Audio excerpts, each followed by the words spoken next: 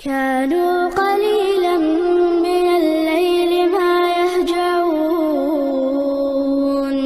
وبالأسحار هم يستغفرون. Bismillahirrahmanirrahim. Assalamualaikum warahmatullahi wabarakatuh. Alhamdulillah hamdan katsira tayyiban mubarakan fih mubarakan alaih kama yuhibbu rabbuna wa yarda. Wa usalli wa usallim ala nabiyyina al-karim Muhammadin wa ala alihi wa ashabihi wa man tabi'ahum bi ihsanin ila yaumiddin. Ayyuhal ikhwa wal akhwat rahimani wa rahimakumullah.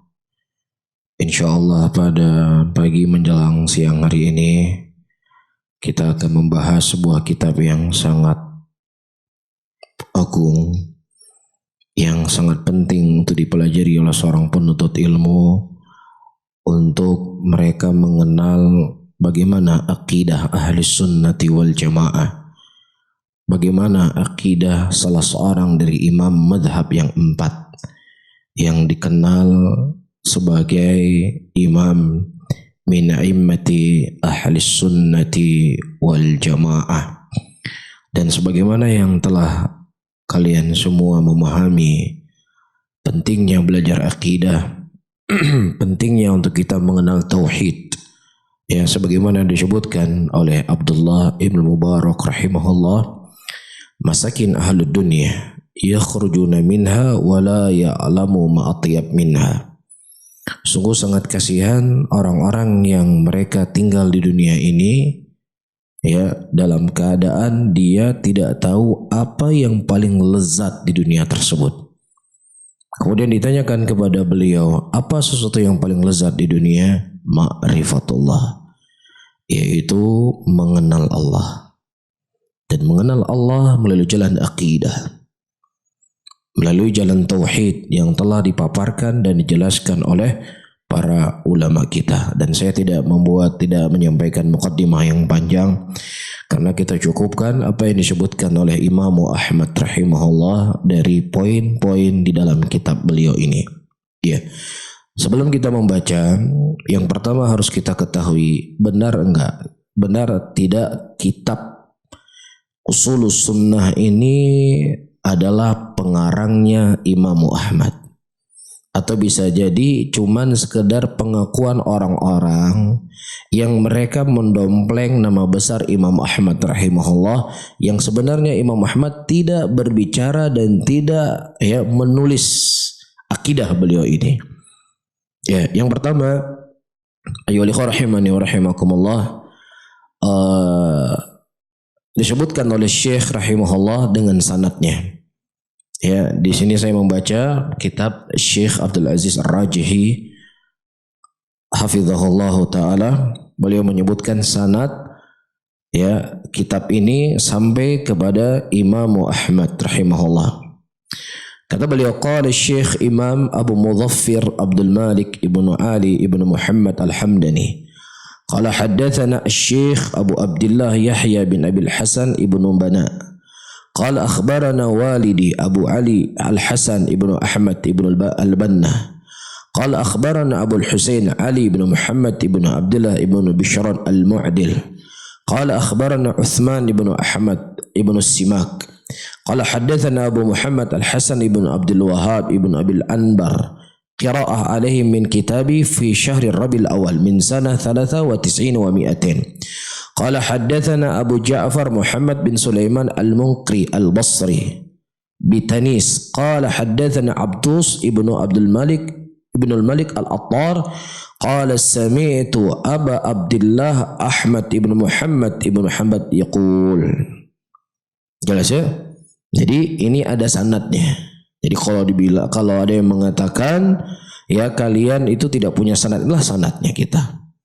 Sanad kita bukan sanad kita, sanad kitab ini ya telah bukti dari sisi silsilah yang itu semuanya sampai kepada Imam Ahmad rahimahullah. Siapa yang meriwayatkan dari Imam Ahmad kepada kita? Abdus ibnu Malik al-Attar. Ya, Abdus ibnu Malik al-Attar, dan beliau mengatakan, aku mendengar Imam Ahmad rahimahullah berkata. Ini isi kitabnya. Ini ucapan Imam Ahmad, saya ulangi kembali, thabit dari Imam Ahmad rahimahullah, bukan cuman sekedar mendompleng nama besar Imam Ahmad, dan Imam Ahmad tidak berkata dengan ucapan di berikut ini. Jelas ya? Baik. Kemudian ayyuhal ikhwah rahimani wa rahimakumullah, disebutkan oleh Syekh Abdul Aziz Ar-Rajihi hafizahullah, hadha sanadur risalah ila Imam Ahmad fahiya min riwayati Abdus ibnu Malik Abu Muhammad al-Attar sima'an an imam sunnah Ahmad ibn Hanbal, wa bidzalika takun hadhihi risalah sanaduha muttasilan ila Imam Ahmad, wa anna hadzal juz min maqal Imam Ahmad rahimahullah. Iya, kata Syekh, ini merupakan sanad dari kitab yang sedang kita baca sampai kepada Imam Ahmad. Dia itu merupakan riwayat dari Abdus ibnu Malik Abu Muhammad al-Attar, yang dia langsung mendengar dari Imam Ahmad, imamnya Ahlus Sunnah. Oleh karena itu risalah ini jelas sekali bersambung kepada Imam Ahmad, dan ini merupakan penggalan dari ucapan-ucapan Imam Ahmad tentang akidah Ahlus Sunnati wal Jamaah. Dan yang kedua, Al-Imam Al-Likai rahimahullah dalam syarah kitab Usul I'tiqadi Ahli Sunnah wal Jamaah juga menukilkan ucapan Imam Ahmad. Ya, Imam Al-Likai itu hidup pada tahun sekitar 400-an Hijriah. Beliau menulis sebuah kitab dengan judul Syarh Usul I'tiqad Ahli Sunnati wal Jamaah. Ini merupakan salah satu pegangan Ahli Sunnah ya untuk mengenal bagaimana akidahnya para imam. Ya, tariqah yang digunakan oleh Al-Imam Al-Likai dalam kitabnya Usul I'tiqad Ahli Sunnati wal Jamaah itu bersanad, semuanya bersanad. Ya, boleh membahas masalah qala hadatsana fulan, qala fulan dan fulan. Ya, dan hampir semua kitab yang antum dapatkan dari kitab ulama-ulama al-mutaqaddimin, semua isinya adalah sanad.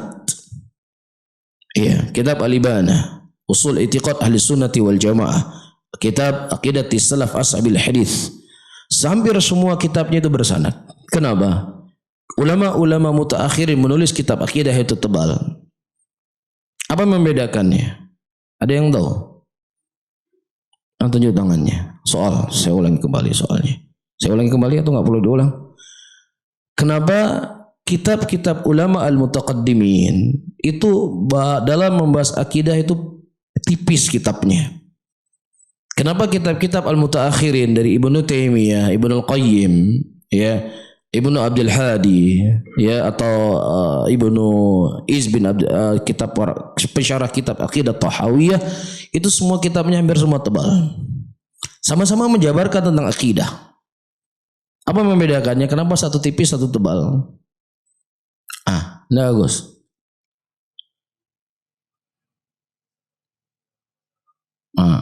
Terus apa hubungannya jadi dengan ilmu filsafat kitabnya jadi tebal?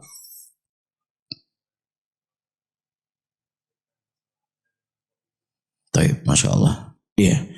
Di zamannya para salaf, ya, di zaman Imam Ahmad atau sebelum Imam Ahmad rahimahullah, ya, ilmu filsafat itu belum masuk dalam ilmu akidah.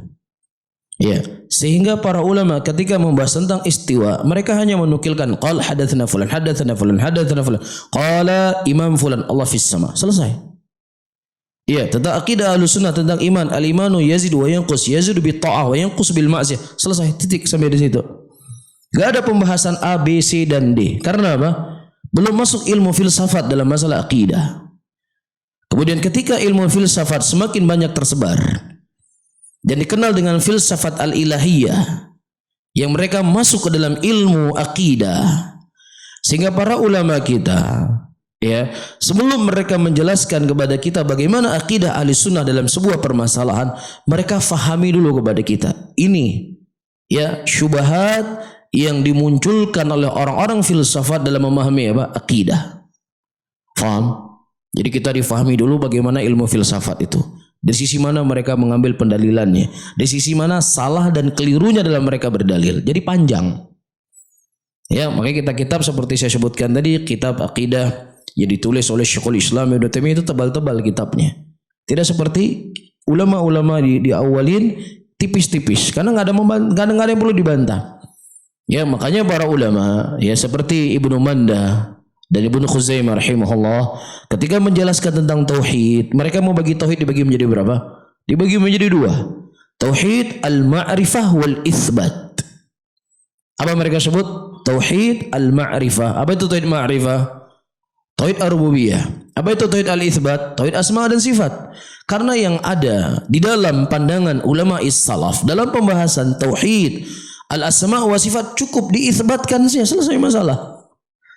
Selesai. Allah beristiwa, sudah tetapkan Allah beristiwa. Allah punya tangan, tetap Allah punya tangan. Selesai masalah. Enggak perlu diperpanjang. Tapi ketika masuk ilmu filsafat, ya bahwasanya istiwa di sini maksudnya adalah menguasai. Karena kalau kita mengatakan Allah beristiwa maka akan begini dan begini. Nah, begini kan harus difahami dulu apa maksudnya begini. Apa dalilnya mereka begini dan begini. Ini yang membuat ilmu akidah menjadi tebal. Jelas ya? Taib.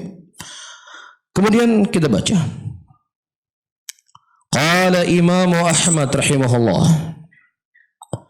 Usul sunnah indana tamassuk bima kana alaihi ashabu Rasulillah sallallahu alaihi wasallam wal iqtida'u bihim wa tarkul bid'ah wa kullu bid'atin fahiya dhalalatun wa tarkul khusumat wal julus ma'asabil ahwa wa tarkul mira wal jidal wal khusumat fid din wa sunnah indana. Ya, sampai di situ.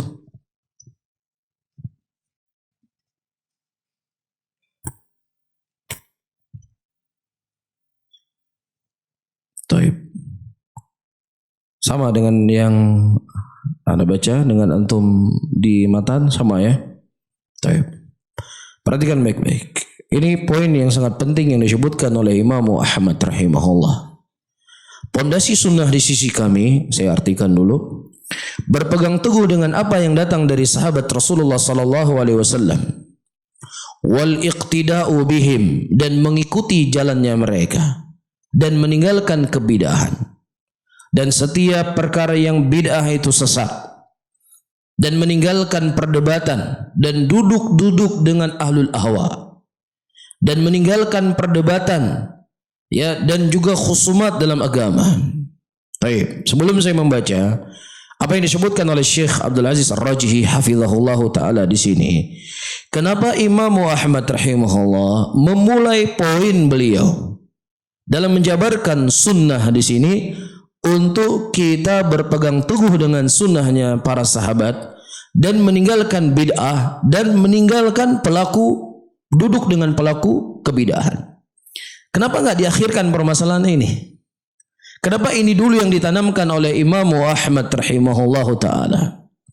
Ada yang bisa jawab? Ini isyarat penting dari Imam Ahmad rahimahullah. Ada yang bisa jawab? Pas. Iya. Ini metode dari metode yang dikenal oleh para ulama at-tasfiyah wa tarbiyah. Karena tanpa ada tasfiyah, tanpa ada tarbiyah yul ikhwah, akidah yang akan dijabarkan nanti tidak akan bermanfaat. Tidak akan bermanfaat sama sekali. Ya, orang belajar akidah A, besok belajar lagi akidah B. Ya, besok lagi belajar dengan akidah orang punya akidah yang C. Bisa enggak dia memahami akidah? Enggak bisa. Iya, makanya perlu ada namanya tasfiyah. Ada bentuk namanya apa? At-tarbiyah. Apa itu tasfiyah?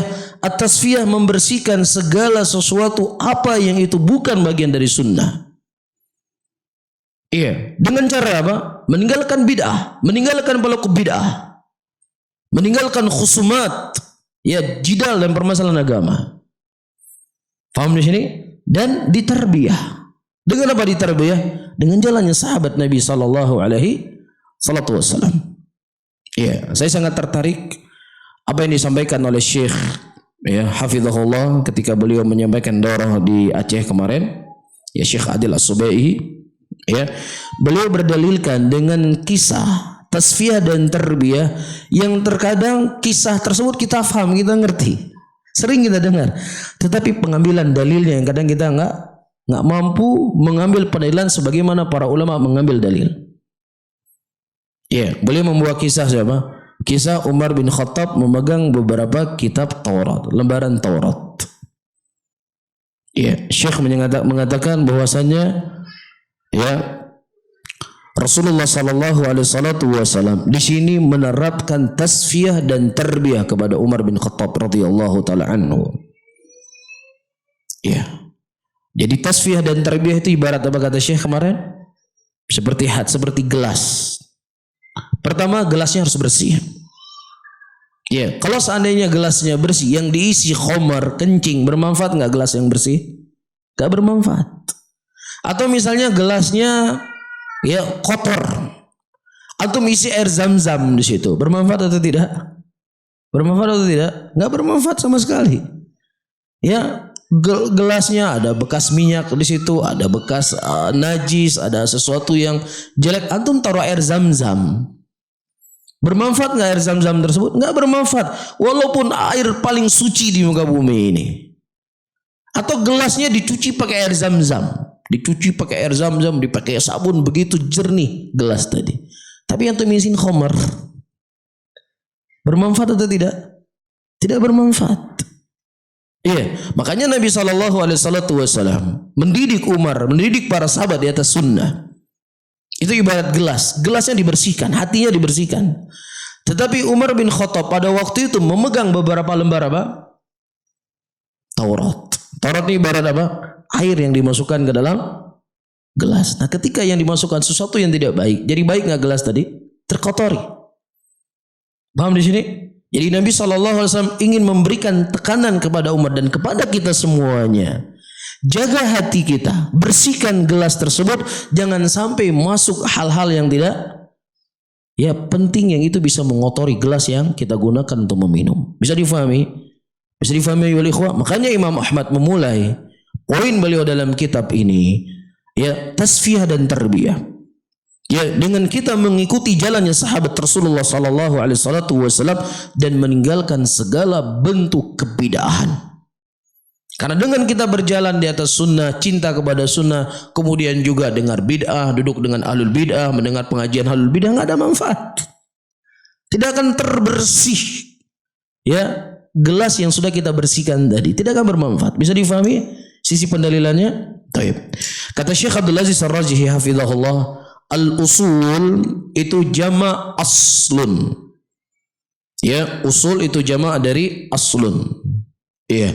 Wahya ma yubna alaihi ghairuhu. Apa yang dibangun di atasnya selainnya. Itu namanya apa? Usul. Jadi kalau kita punya rumah, ada rumah, asas rumah, pondasi rumah itu namanya apa? Usul. Karena dibangun di atasnya apa? Tiang, dibangun di atasnya tembok, dibangun di atasnya batu bata dan seterusnya. Itu namanya al-usul. Iya. Fal usul lati tubna alaihi sunan. Ya, maka asal yang dibangun di atasnya sunan at-tamasuk bima kana alaihi ashabur Rasulillah sallallahu alaihi wasallam wal iqtida'u bihim. Ya, dengan cara kita berpegang teguh dengan apa yang datang dari sahabat Rasulullah sallallahu alaihi wasallam dan kita mengikuti jalannya mereka. Perhatikan ayo ikhwah rahimani wa rahimakumullah. Iya, mengajak manusia kepada Al-Quran, mengajak manusia kepada sunnah itu belum cukup.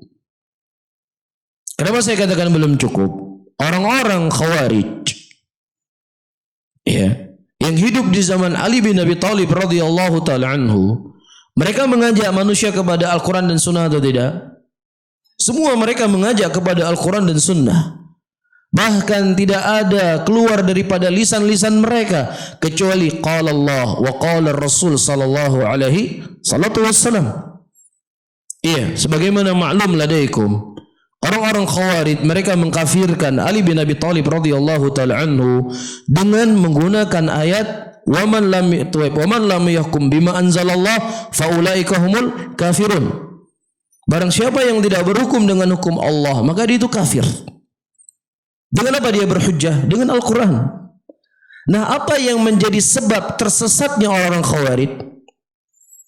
Dalam keadaan mereka berpegang di atas Al-Quran, dalam keadaan mereka berpegang di atas sunnah. Apa sebab kesesatannya mereka? Apa sebab kesesatannya Khawarij? Dia pegang Quran, dia pegang sunnah. Mereka tidak menjadikan pijakan para sahabat Nabi SAW dalam memahami Al-Quran dan sunnah tersebut. Itu sebab kesesatan mereka. Apa dalilnya? Ketika Ali bin Abi Thalib radhiyallahu ta'ala mengutus Abdullah bin Abbas. Apa kata Abdullah bin Abbas? Jitu min qibali ashabin Nabi sallallahu alaihi wasallam. Aku datang dari sisi sahabat Rasulullah sallallahu alaihi wasallam dan tidak ada satupun sahabat bersama kalian. Gak ada satupun yang mendukung pergerakan mereka, yang mereka menggunakan ayat-ayat Al-Quran dan hadis-hadis Rasulullah sallallahu alaihi wasallam. Bisa difaham ya? Bahkan disebutkan dalam kisah orang-orang Khawarij yang berkumpul di Haruriyah pada waktu itu, ya, wajah mereka pucat karena terlalu banyak sholat malam. Sholat malam ini pegang teguh di atas sunnah atau enggak? Mengamalkan sunnah atau enggak sholat malam? Mengamalkan sunnah. Berpuasa, pucat badan muka mereka. Ya, disebutkan karena banyaknya puasa dan panjangnya mereka sholat malam. Sunnah ini kan? Sunnah. Datang Abdullah bin Abbas dengan pakaian yang sangat indah. Kata Khawarij, apa-apaan ente ya Abdullah bin Abbas? Ente sahabat Nabi, tapi pakaian ente Masya Allah tidak ada nampak waroknya, tidak ada kezuhudan sedikit pun dalam keadaan kalian adalah sahabat Nabi.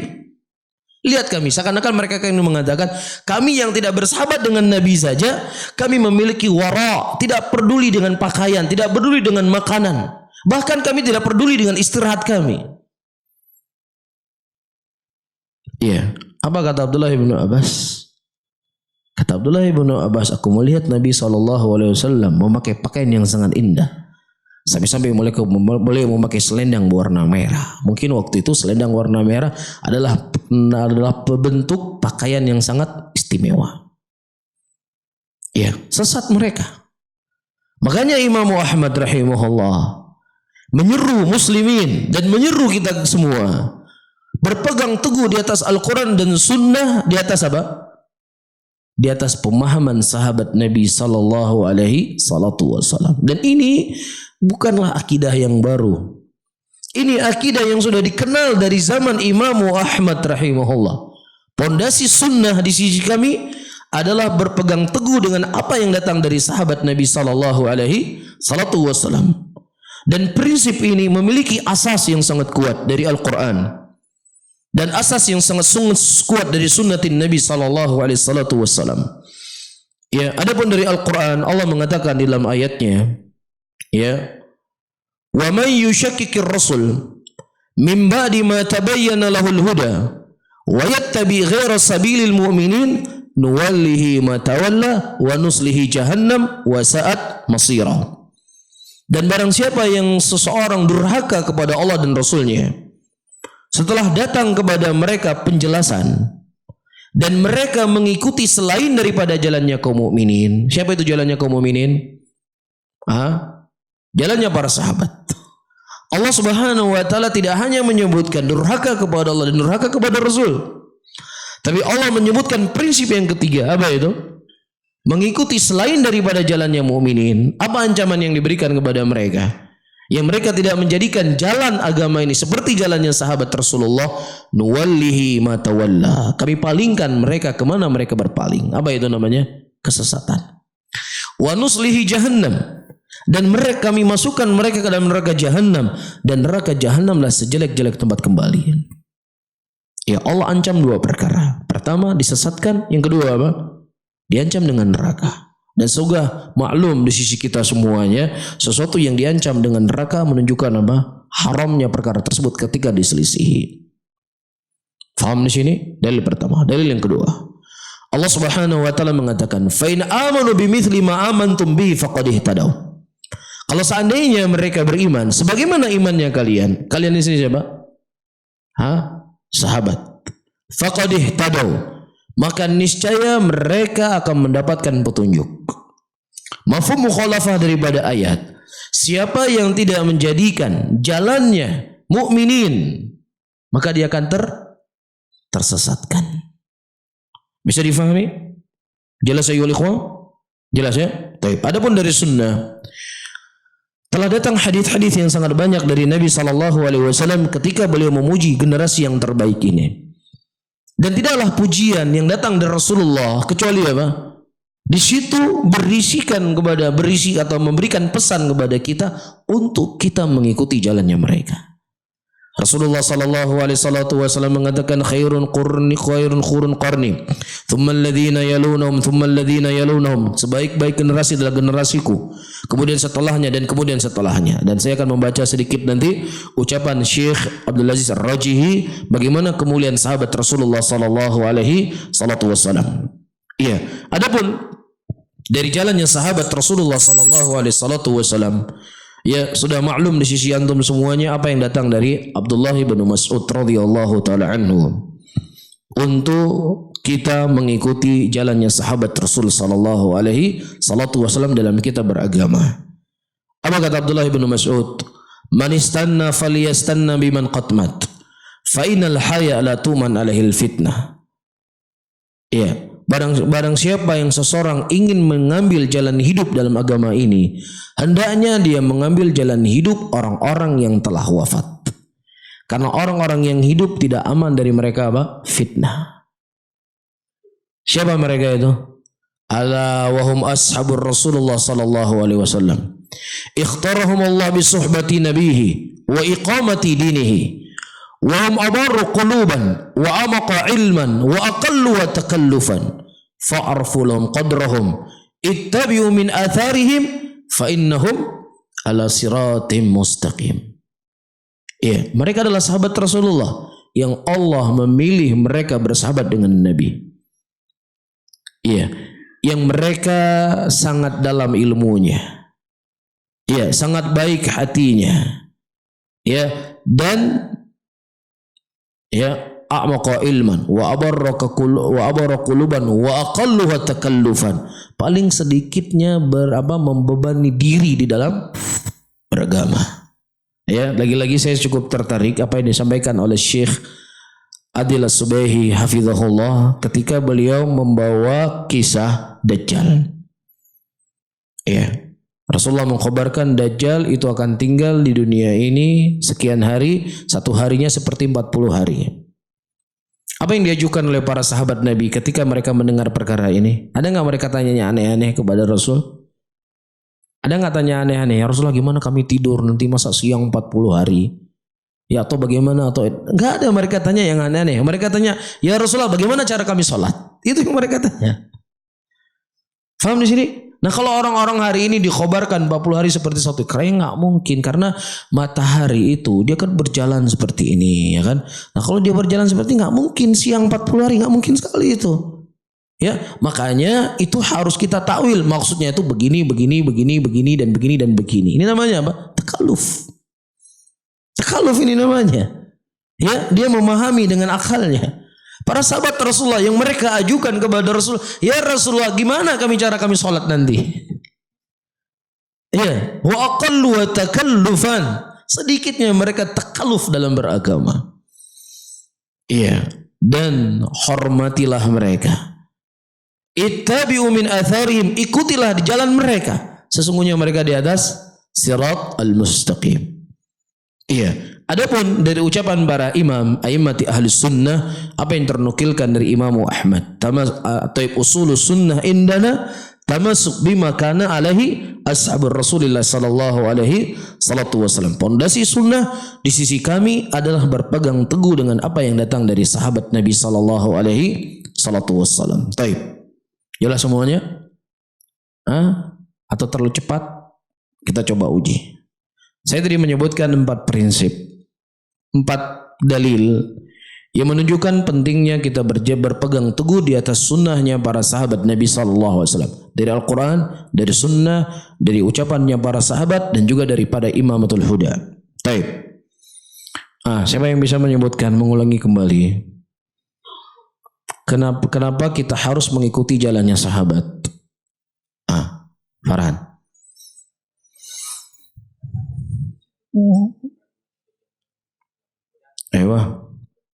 Wa yattabi ghayra sabilil mu'minin nuwallihi ma tawalla wa nusli jahannam wa sa'at masira.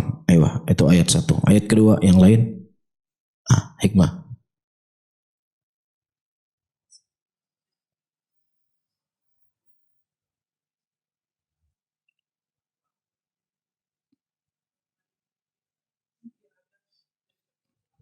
Taib, labas. Pujian di sini menunjukkan apa? Menunjukkan untuk kita mengikuti jalannya mereka. Apalagi ayat yang saya sebutkan tadi. Soal. Taib, fa in amanu bimithli ma amantum bihi faqad ihtadaw wa in tawallaw fa innahum fi shiqaq. Iya. Taib, dari hadis yang lain. Hendak hafid. Taib, khairun qurun qarni thumma alladhina yalunhum thumma alladhina yalunhum. Taib. Kemudian dari jalannya, dari ucapannya sahabat, pakai bahasa Indonesia juga boleh, bahasa Aceh lebih boleh lagi. Ada malu-malu atau lupa? Kalau antum malu-malu, kata para ulama, la yanalul ilm, tidak akan mendapatkan ilmu al-mustahi wal mustakbir. Orang yang malu-malu dengan orang yang sombong. Ya. Ada, nggak ada ingat? Ini athar paling sering disampaikan. Ya, ucapan Abdullah bin Mas'ud ini paling sering disampaikan. Nah, yang sudah sering disampaikan saja nggak ingat kita, gimana nggak pernah disampaikan? Pakai bahasa Indonesia juga boleh. Tunjuk tangan. Fal abtal, fa batal. Yang lain. Pakai bahasa Indonesia. Terus siapa yang meninggal itu? Para sahabat. Ya. Barang siapa yang seseorang ingin mengambil keteladanan, maka hendaknya dia mengambil keteladanan dari orang-orang yang telah meninggal. Karena orang yang hidup tidak aman dari mereka fitnah. Siapa itu? Sahabat Rasulullah sallallahu alaihi wasallam. Kemudian yang keempat. Ucapan siapa? Yang keempat yang sedang kita baca. Apa itu? Usul sunnah indana tamassuk bima kana alaihi ashabur Rasulillah sallallahu alaihi wasallam. Usul sunnah di sisi kita adalah berpegang teguh dengan apa yang datang dari sahabat Nabi sallallahu alaihi wasallam. Sehingga ayyuhal ikhwah rahimani wa rahimakumullah, ini jadi pegangan buat kita. Setiap ada orang mengajak sesuatu kepada Islam, mengajak beramal dengan sebuah amalan yang itu dikatakan sebagai amalan Islam, kita sudah punya barometer. Apa barometer kita? Apa yang kamu ajak dari apa yang kamu ajak kepada sebuah keyakinan, kepada sebuah amalan yang engkau mendatangkan ayat, engkau mendatangkan hadis, apakah ayat dan hadis tersebut difahami oleh para sahabat demikian ataukah tidak? Bisa difahami? Kalau seandainya tidak difahami oleh para sahabat Nabi, jadi mohon maaf ya, itu adalah pemahaman Anda di dalam memahami apa itu Al-Quran, apa itu Sunnah. Iya, karena setiap orang pasti membawa dalil atau tidak? Mereka bawa dalil. Contoh paling gampang dan contoh yang sering kita sampaikan, memperingati Maulid Nabi. Apa dalilnya?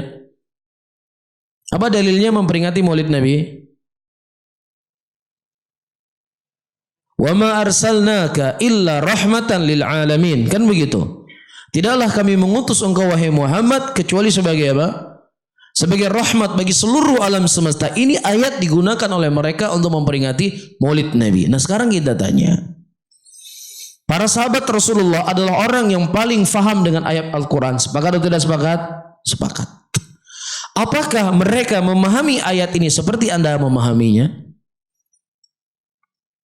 Ini jadi pegangan. Oh iya, itu pemahaman sahabat. Mereka laki-laki, saya juga laki-laki, sama seperti mereka. Mohon maaf mas, Allah telah katakan dalam Quran apa? Wa may yushakkikir rasul min ba'di ma tabayyana lahul huda wa yattabi' ghaira sabilil mu'minin wallahi ma tawalla wa nuslihi jahannam wa sa'at masira. Jadi ini pegangan kita. Setiap apa saja yang diseru kita kepada sebuah jalan, sebuah pemikiran yang terkadang dia membawa ayat Al-Quran, membawa hadis-hadis Rasulullah, maka apa? Apakah ayat ini difahami oleh para sahabat? Apakah hadis ini difahami oleh para sahabat? Ya, dan tidak akan mungkin tidak ternukilkan kepada kita. Pasti akan ternukilkan kepada kita, apalagi perkara-perkara yang besar. Ya, Rasulullah buang hajat di dalam ruangan tertutup, menghadap membelakangi kiblat, ternukilkan kepada kita.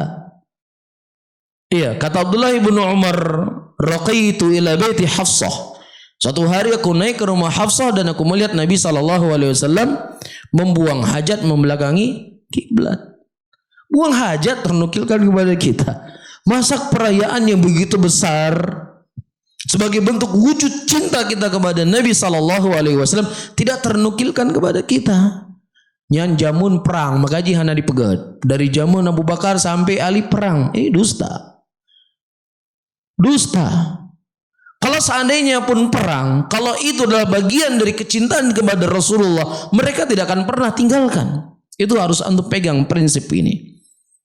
Ya, kalau seandainya pun memang benar terjadi perang dari zaman Abu Bakar sampai ke zaman Ali bin Abi Thalib radhiyallahu taala anhu, pasti mereka akan lakukan sebagaimana genting pun bermasalah. Kalau itu sebagai bentuk cinta mereka kepada Nabi kita Muhammad sallallahu alaihi wasallam.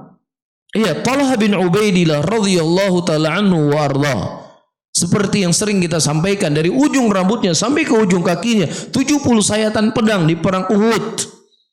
Nabi sallallahu alaihi wasallam tersungkur ke dalam sebuah lubang. Di tengah beliau menanggung rasa sakitnya, berusaha untuk bisa menyelamatkan Nabi Muhammad sallallahu alaihi wasallam. Pada waktu itu Rasulullah badan beliau setelah 50 tahun ke atas badan beliau sudah agak membesar. Dan beliau memakai baju perang 2 lapis pada waktu itu. Anda bisa bayangkan bagaimana beratnya Nabi pada waktu itu. Tapi sebagai bentuk kecintaan Talha bin Ubaidillah kepada Rasul, di tengah kegentingan suasana pada waktu itu, beliau tetap menyelamatkan Rasul sallallahu alaihi wasallam. Apalagi cuman makan-makan. Ya enggak? Apalagi cuman makan-makan, ada nyanyi-nyanyiannya, ada joget-jogetnya, kan enak. Nyawa siap mereka pertaruhkan. Apalagi cuman makan.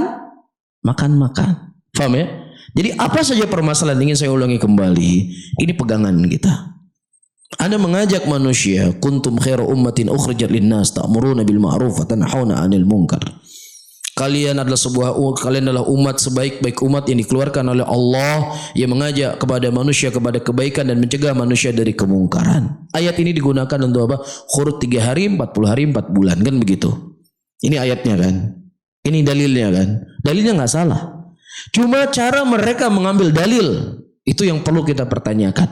Nah sekarang ada nggak Abu Bakar As-Siddiq memahami ayat kuntum khairu ummatin ukhrijat linnas khurut 3 hari 40 hari 4 bulan? Ada nggak Umar, Utsman, Ali bin Abi Thalib memahami ayat seperti yang kalian fahami? Kalau seandainya mereka tidak memahami seperti apa yang kalian fahami, berarti kalian mengajak kepada diri kalian, bukan mengajak kepada Al-Quran dan tidak mengajak kepada Sunnah. Faham di sini? Jelas ayyuhal ikhwah? Karena tidaklah ahlul batil kecuali mereka pasti akan menggunakan ayat-ayat Al-Quran dan hadis-hadis Rasulullah untuk menguatkan apa? Jalannya mereka. Apa saja yang ada hari ini yang mereka menyeru kepada sebuah seruan, pasti yang mereka jadikan dalil apa? Al-Quran dan Sunnah pasti. Ya, bahkan orang yang membolehkan kawin sejenis juga pakai ayat Quran, coba. Pakai ayat Quran. Ajib enggak? Ajib. Makanya di sini butuh bagi kita apa namanya? Pakem ya. Betul, pakem. Betul, pakem. Apa itu pakem? Standar, barometer sebuah kebenaran. Apa itu? Berjalan di atas Quran, berjalan di atas Sunnah, di atas apa? Pemahaman para sahabat Nabi sallallahu alaihi wasallam. Ini pondasi yang digunakan oleh Imam Ahmad di usul beliau yang pertama. Iya. Kemudian ayo ikhwah, perhatikan baik-baik. Kata Syekh Abdul Aziz Ar-Rajihi hafizahullah, "Fas-sahabatu ridwanullahu alaihim hum afdalun nas. La kana wa la yakun mithluhum." Sahabat Rasulullah sallallahu alaihi wasallam adalah manusia yang paling baik. Tidak ada manusia sebelum mereka dan setelah mereka sebaik mereka selain dari para nabi dan rasul. Ya, la kana wa la yakun. Tidak ada sebelum mereka dan setelah mereka orang sebaik mereka kecuali para nabi dan rasul. Wassahabatu jam'un sahabi. Sahabat itu jamak dari sahabi. Berarti sahabi kalimat mufrad, sahabat itu jamak kalimat jamak. Apa itu sahabi? As-sahabi kata Syekh, man laqiyan nabiyya sallallahu alaihi wasallam mu'minan wa mata 'alal Islam. Perhatikan baik-baik. Sahabat siapa yang bertemu dengan Nabi. Dan kalimat bertemu dengan Nabi itu lebih adab, lebih baik, lebih bagus dibandingkan dengan man ra'a. Siapa yang melihat Rasulullah sallallahu alaihi wasallam. Kenapa? Saya ulangi soalnya. Ada sebagian para ulama, mereka mendefinisikan sahabat man ra'an nabiyya sallallahu alaihi wasallam. Iya, dari sini Syekh mengatakan man laqiyan nabi. Siapa yang bertemu dengan Nabi? Dan kalimat man laqiya, siapa yang bertemu, itu lebih tepat dibandingkan dengan siapa yang melihat. Kenapa? Itu soalnya. Tunjuk tangan. Kalau nggak tunjuk tangan nggak dianggap. Yang lain yang belum tunjuk tangan tadi. Ayo. Otak ini perlu dicas seperti pisau ya. Jadi pisau, ya otak ini ibarat pisau. Jadi pisau itu terkadang kalau nggak pernah dicas dia akan tumpul terus. Kita harus berpikir ini. Kenapa kalimat laqiya itu lebih tepat dibandingkan dengan ra'a? Bertemu, melihat. Tunjuk tangannya. Melihat lebih tepat daripada bertemu. Kebalikannya. Kenapa? Alasannya kenapa? Masya Allah. Ahsanta. Ya, di sana ada sahabat yang buta. Siapa namanya? Abdullah ibnu Ummi Maktum. Beliau buta. Beliau bisa melihat Rasulullah atau enggak? Enggak bisa melihat. Nah, ketika didefinisikan man ra'a, siapa yang melihat Nabi, berarti beliau tidak termasuk dari sahabat Nabi karena beliau tidak bisa melihat Rasulullah. Tetapi di sini man laqiya, siapa yang bertemu? Yang namanya bertemu apakah bisa dilihat ataukah tidak melihatnya? Iya. Man laqiyan nabiyya sallallahu alaihi wasallam, barang siapa yang seseorang bertemu dengan Nabi Muhammad dalam keadaan dia beriman. Dalam keadaan apa? Dia beriman.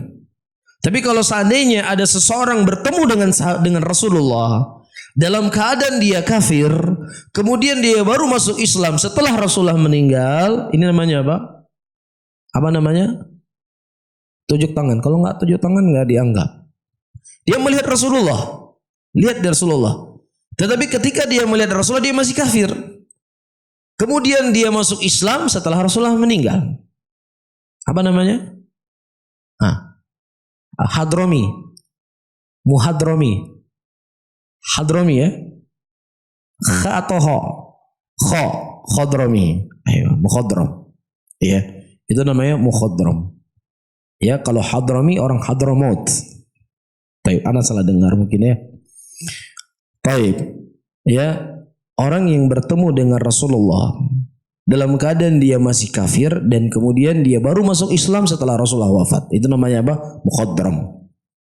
Ya.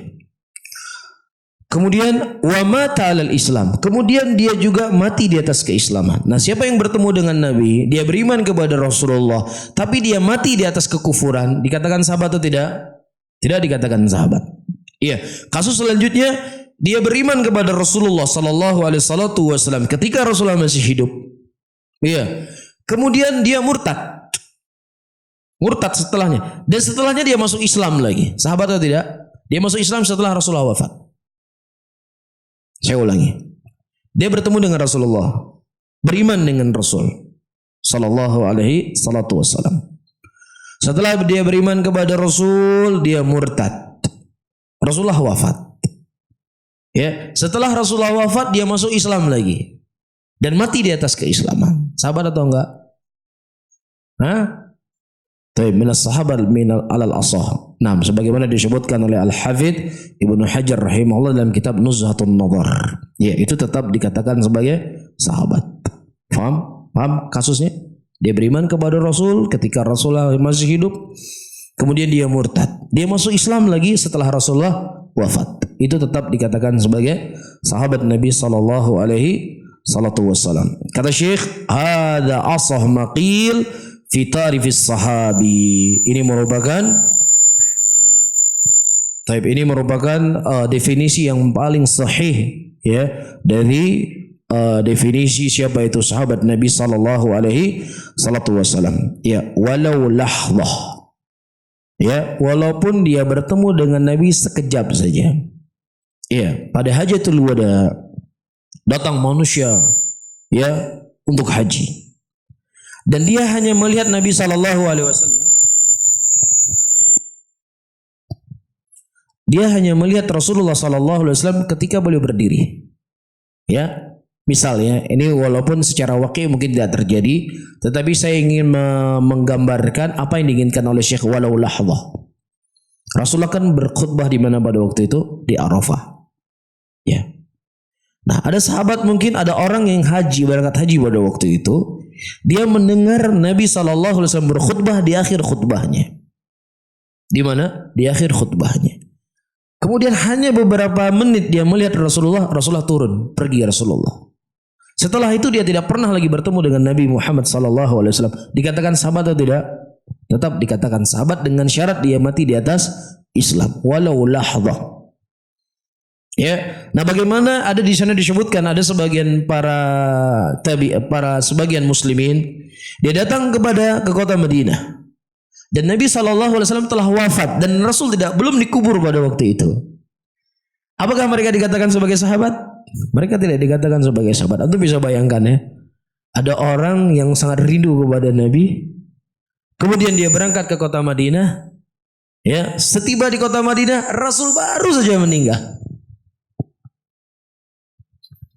Rasul SAW baru saja meninggal. Antum bisa bayangkan kan bagaimana kecewa atau apa? Sedih ya. Ya, jangankan dengan Rasulullah sallallahu alaihi wasallam, kita ya yang berangkat belajar dulu, Syekh Muqbil rahimahullah itu meninggal di tahun 2001 kalau saya nggak salah, Syekh Muqbil rahimahullah. Ya, orang-orang yang pergi ke Yaman di 2002, 2003 itu pasti nggak bertemu dengan Syekh Muqbil. Ya, itu kan beda cuma 1 tahun saja. Itu kadang ya sedihnya luar biasa. Kita bisa bayangkan Rasul sallallahu alaihi wasallam datang ke kota Madinah, Rasul meninggal di hari itu. Sangat sedih pasti. Ya, sehingga ayyuhal ikhwah rahimani wa rahimakumullah, kesedihan ini akan bisa terobati. Apa caranya? Caranya masuk surga. Karena dengan cara masuk surgalah kita bisa bertemu dengan Nabi kita Muhammad sallallahu alaihi wasallam. Kalau nggak masuk surga nggak ada harapan untuk bisa bertemu dengan Habibur Rahman, kekasihnya Allah Nabi Muhammad sallallahu alaihi wasallam. Kata Syekh, ya, saya ulangi kembali. Hadza aula min qauli man qala fi hadis sahabi, dan ini lebih tepat dibandingkan yang mengatakan sahabat man ra'an Nabi sallallahu alaihi wasallam, siapa yang melihat Rasulullah. Maka takbir dengan bertemu itu lebih asah karena masuk dalamnya Abdullah ibnu Ummi Maktum radhiyallahu taala anhu. Cuman kata Syekh di sini, perhatikan baik-baik. Kata Syekh di sini, alladzina hannakuhum Nabi sallallahu alaihi wasallam fahum sahabatun aidan. Bayi yang dia ditahnik oleh Rasulullah. Ya, jadi ada bayi yang lahir ya, kemudian dia diberikan tahnik. Apa itu tahnik? Diberikan kurma ataukah madu oleh Nabi SAW. Dia bisa melihat belum? Masih kecil kan? Tahnik itu kan di awal-awal kelahirannya. Nah, kata Syekh Abdul Aziz Ar-Raji tetap dikatakan sebagai sahabat Nabi SAW. Jadi nggak disyaratkan bertemu dengan Rasulullah dalam keadaan dia balik, nggak disyaratkan. Walaupun masih bayi, ditahnik oleh Nabi SAW itu dianggap sebagai sahabat. Namun wasahabatu yatafawatun. Sahabat itu mereka bertingkat-tingkat kedudukannya. Kedudukannya nggak semua sama. Iya. Kama sayubayyin al-mu'alif rahimahullah, sebagaimana akan dijelaskan oleh mu'alif rahimahullah.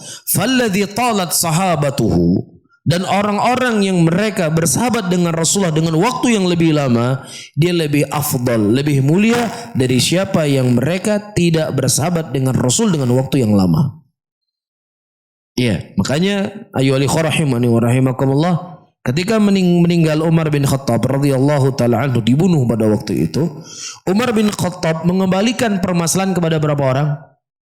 Kepada berapa orang sahabat? Kepada 6 orang sahabat, untuk menentukan siapa yang menjadi khalifah. Iya, dalam keadaan sahabat-sahabat lain seperti Ibnu Umar, Ibnu Abbas, iya, Abdullah bin Amr bin As, orang-orang yang mereka menghafal hadis lebih dari 2000 hadis, tidak dimasukkan ke dalam 6 orang sahabat ini. Siapa saja nama mereka? Nah, siapa saja? Tunjuk tangannya. 6 sahabat yang dikembalikan oleh Umar bin Khattab menentukan siapa yang menjadi khalifah setelah meninggal beliau. Ini kita ingin menggambarkan bahwasanya sahabat itu memiliki ketingkatan yang berbeda-beda. Nah, tunjuk tangan selain yang sudah menjawab. Hah? Nggak ada yang ingat, satu saja. Nah, Kapten Abdurrahman bin Auf, Utsman bin Affan, nggak satu lah, 2 kan? Asal mulai aja dulu. Ali bin Abi Thalib, Talha bin Ubaidillah. Jangan ditalkin ya. Talkin itu nanti pas mau orang meninggal, lakinu mautakum bila ilaha illallah. Ya, di kajian nggak ada talkin. Talkin nanti ketika mau meninggal udah sholat bernafas, la ilaha illallah, di situ talkin. Di majelis nggak ada talkin ya. Ya, para ulama hadis terdahulu itu siapa yang mentalkin? Yang mentalkin didoifkan, dan yang menerima talkin juga didoifkan sekalian. Yang kelima.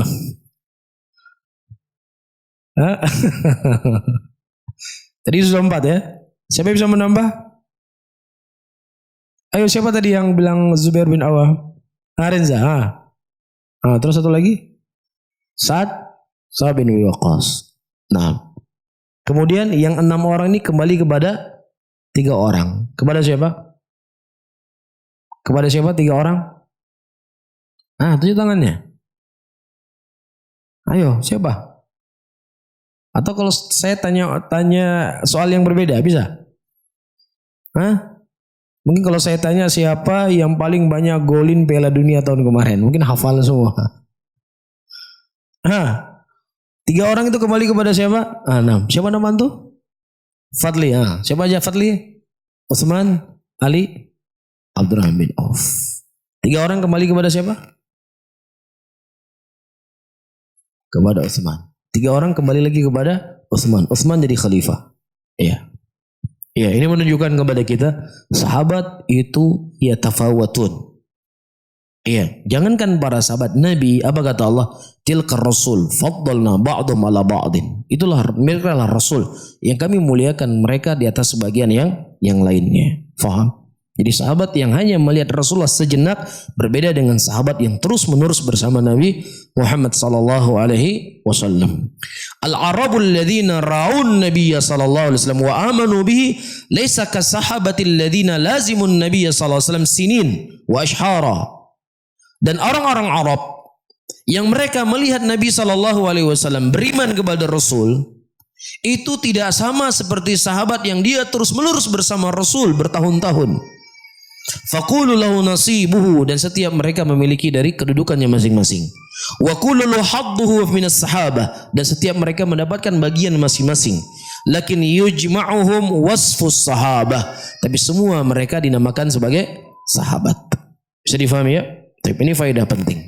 Kemudian kata Syekh, itu jamnya kok masih 9:30 itu. Kita mulai sampai jam berapa selesai? Sampai zuhur.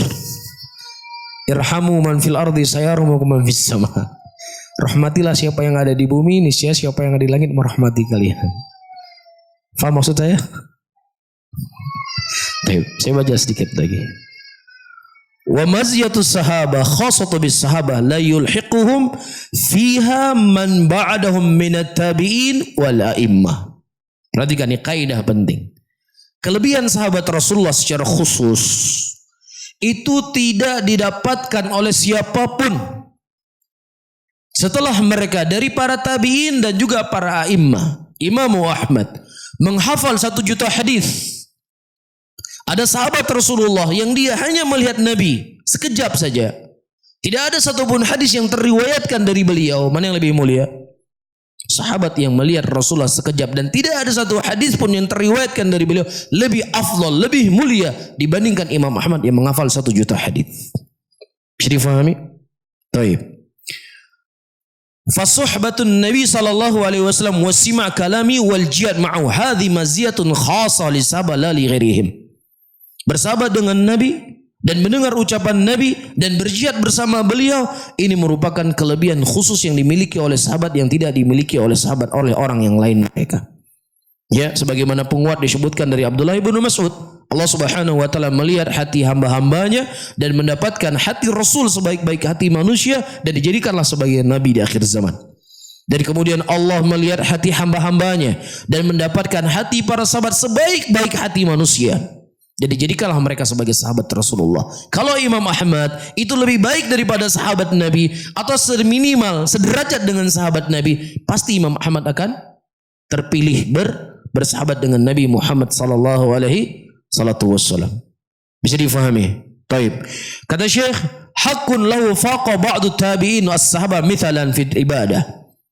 Ya, hatta law faqa ba'du tabi'in, walaupun sebagian tabi'in itu lebih kuat ibadahnya dibandingkan dengan sahabat Nabi, maka tidak menandingi apapun yang ada dari sahabat Rasulullah sallallahu alaihi wasallam. Oleh karena itu, walihada lamma arada ba'dun nas ay yuqarin baina Umar bin Abdul Aziz wa Muawiyah bin Abi Sufyan.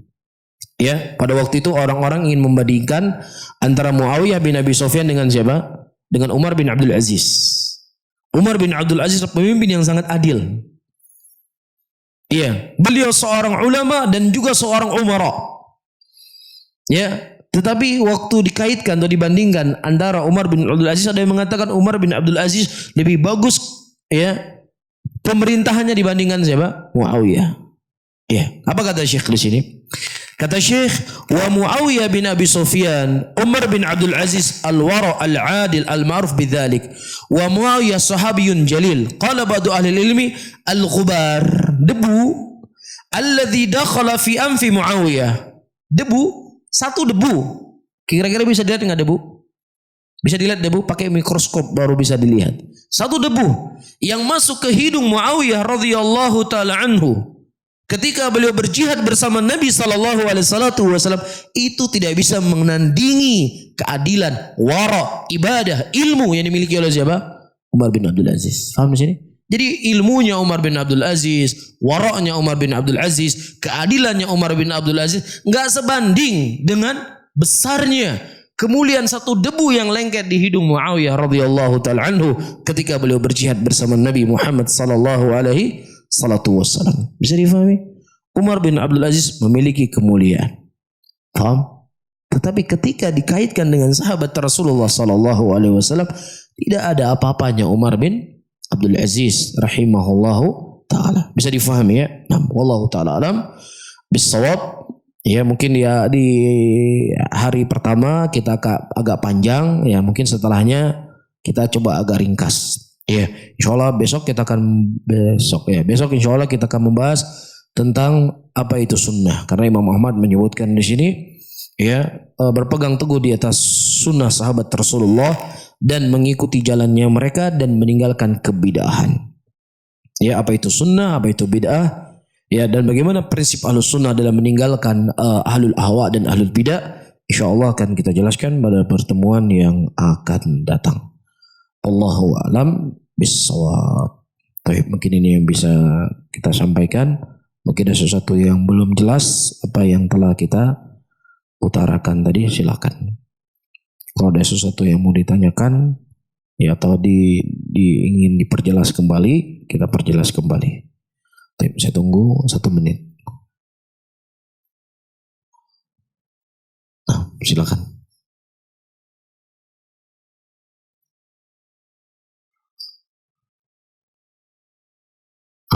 itulah saya nggak tahu itu.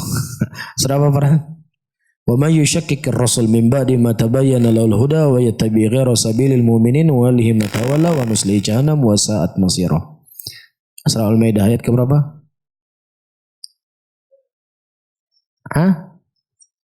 An-Nisa 115. Pojok kiri atau pojok kanan? Baik. Fa in amanu bimithli ma amantum bihi faqad ihtadaw wa in tawallaw fa innahum fi shiqaq fa sayakfikuhumullah. Nah, itu surah Al-Baqarah.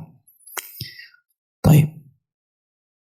Kalau tidak ada yang lain, saya akhiri pengajian kita di siang hari ini. Saya akhiri. Allahumma salli ala Muhammadin wa ala alihi wa ashabihi wa man tabi'ahum bi ihsanin ila yaumiddin. Wassalamualaikum warahmatullahi wabarakatuh.